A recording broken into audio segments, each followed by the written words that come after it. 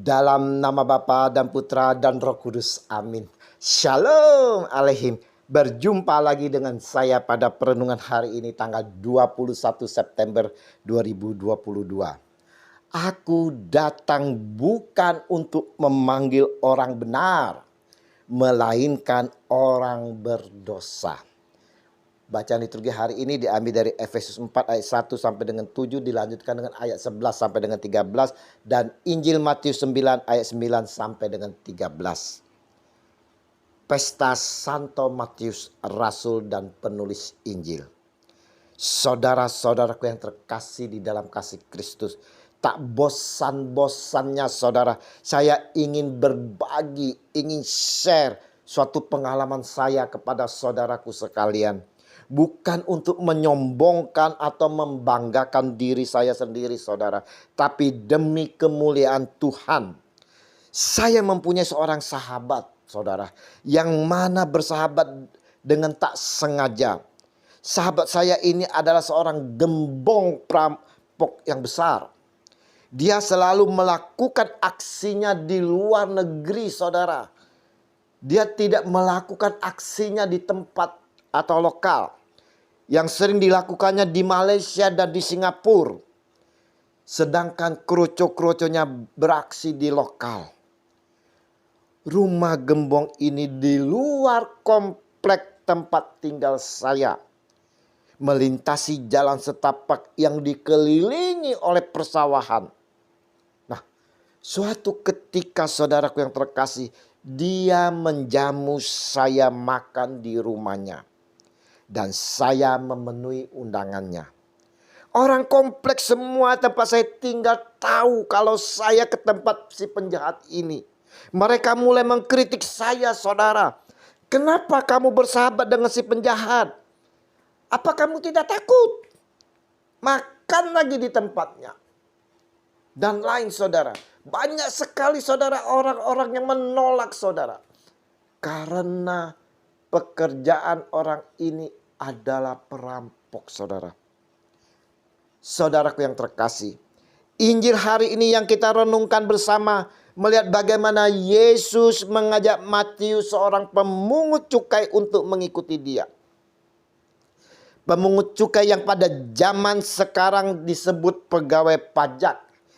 Dan waktu itu dipandang oleh masyarakat sebagai orang pendosa saudara. Karena tugasnya memeras uang rakyat. Yesus pun tahu pekerjaan Matius. Tapi Yesus mengajaknya untuk mengikut dia, katanya, ikutlah aku. Ayat 9. Bukan itu saja saudara-saudaraku yang terkasih di dalam kasih Kristus. Yesus pun dijamu oleh Matius di rumahnya bersama-sama para pemungut cukai lainnya serta murid-murid Yesus. Di ayat 10 saudara. Dan di ayat 11 saudara, orang Farisi melihat hal itu, berkatalah mereka kepada murid-murid Yesus, mengapa gurumu maka bersama-sama dengan pemungut cukai dan orang berdosa? Apa respon Yesus dari kritikan orang-orang Farisi saat itu saudara? Kata Yesus, bukan orang sehat yang memerlukan tabib, tetapi orang sakit. Ayat 12. Dan lanjut Yesus di ayat 13. Jadi pergilah dan pelajarilah arti firman ini. Yang ku kehendaki ialah belas kasihan dan bukan persembahan. Karena aku datang bukan untuk memanggil orang-orang benar, melainkan orang berdosa. Puji Tuhan saudara. Kita semua ini adalah orang berdosa saudara. Kita ini adalah pendosa saudara. Dan kita ini selalu diperhatikan oleh Yesus Tuhan. Kita harus bersyukur. Kita harus selalu memuji dia. Kenapa? Karena kita yang tidak layak tuh untuk menghadap Tuhan. Justru Tuhan yang datang kepada kita. Dia mau datang untuk kita yang berdosa dan memanggil kita untuk mengikuti dia agar memperoleh keselamatan saudara. Begitu juga kita yang telah dipanggil dan memperoleh keselamatan dari Yesus Tuhan. Kita pun hendaknya berbuat seperti apa yang telah Yesus lakukan bagi kita.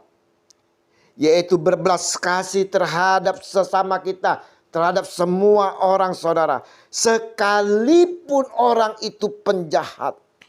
Bukannya berarti kita menyetujui akan perbuatan jahatnya saudara. Bukan.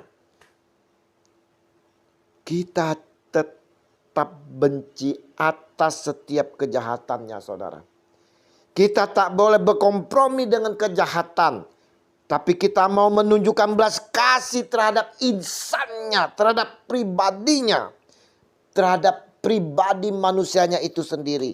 Kita perlu membantu jiwanya agar juga dapat memperoleh keselamatan dari Yesus.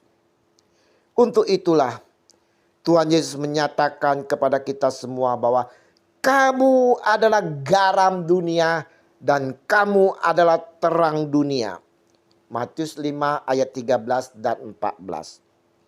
Saudaraku yang terkasih, sebagai garam kita harus dapat berbaur saudara. Dapat memberikan rasa yang berbeda dari mereka saudara.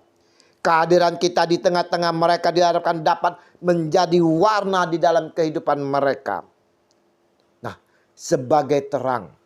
Sebagai terang kita diharapkan dapat menerangi mereka yang dalam kegelapan. Memberi cahaya saudara. Cahaya yang bersumber dari Tuhan kita Yesus Kristus.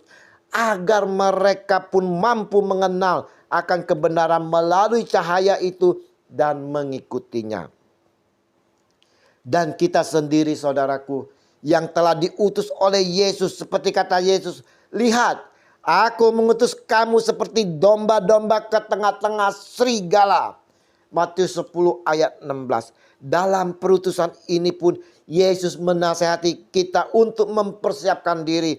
Sebab itu adalah kamu cerdik seperti ular dan tulus seperti merpati. Matius 10 ayat 16. Bagaimana dengan kita sebagai pengikut Kristus saudara? Apakah kita juga sudah melakukan apa yang telah diperbuat oleh sang guru kita, yaitu Yesus? Atau mungkin kita takut karena diutus ke tengah-tengah serigala? Itulah pengalaman pribadi saya, sharing saya di atas tadi saudara. Dengan tak sengaja saya bersahabat dengan gembong penjahat. Dan saya dijamu makan. Di saat saya dijamu, saya tidak memberikan secara langsung akan firman-firman Tuhan. Tetapi saya menggarami di dalam kehidupan dia. Saya menerangi di dalam kehidupan dia yang dalam kegelapan. Dengan sikap-sikap saya sendiri. Percayalah saudaraku yang terkasih. Percayalah. Kalau kita diutus. Tuhan Yesus sendiri telah mempersiapkan segala perlengkapan bagi kita. Ingat itu saudara. Asal kita percaya dan mengimaninya. Pertanyaannya saudara. Maukah kita menerima perutusan ini saudara? Dan juga perlu diingat saudara. Seperti yang dikatakan Yesus sendiri bahwa. Dan ketahuilah, aku menyertai kamu senantiasa sampai kepada akhir zaman. Matius 28 ayat 20. Seperti pengalaman pribadi saya di atas, puji Tuhan saudara. Gembong penjahat tadi menemui kebenaran dalam hidupnya. Dia bertobat saudara. Oh haleluya saudara. Terpujilah nama Yesus. Atas segalanya. Dia beroleh profesi menjadi satpam saudara. Menjadi security. Dan di akhir dan terakhir saudara-saudara yang saya ketahui. Dia dipercayai sebagai ketua RT di tempat tinggalnya saudara. Marilah saudara-saudara kita mau juga saudara melakukan apa yang telah Yesus lakukan saudara. Kita mau menggarami saudara. Karena kita ini adalah garam dunia. Kita mau menerangi saudara. karena kita ini adalah terang bagi sekitar kita, bagi dunia. Dan untuk itulah kita diutus saudara. Kita diutus saudara bukan di tempat zona-zona nyaman saudara.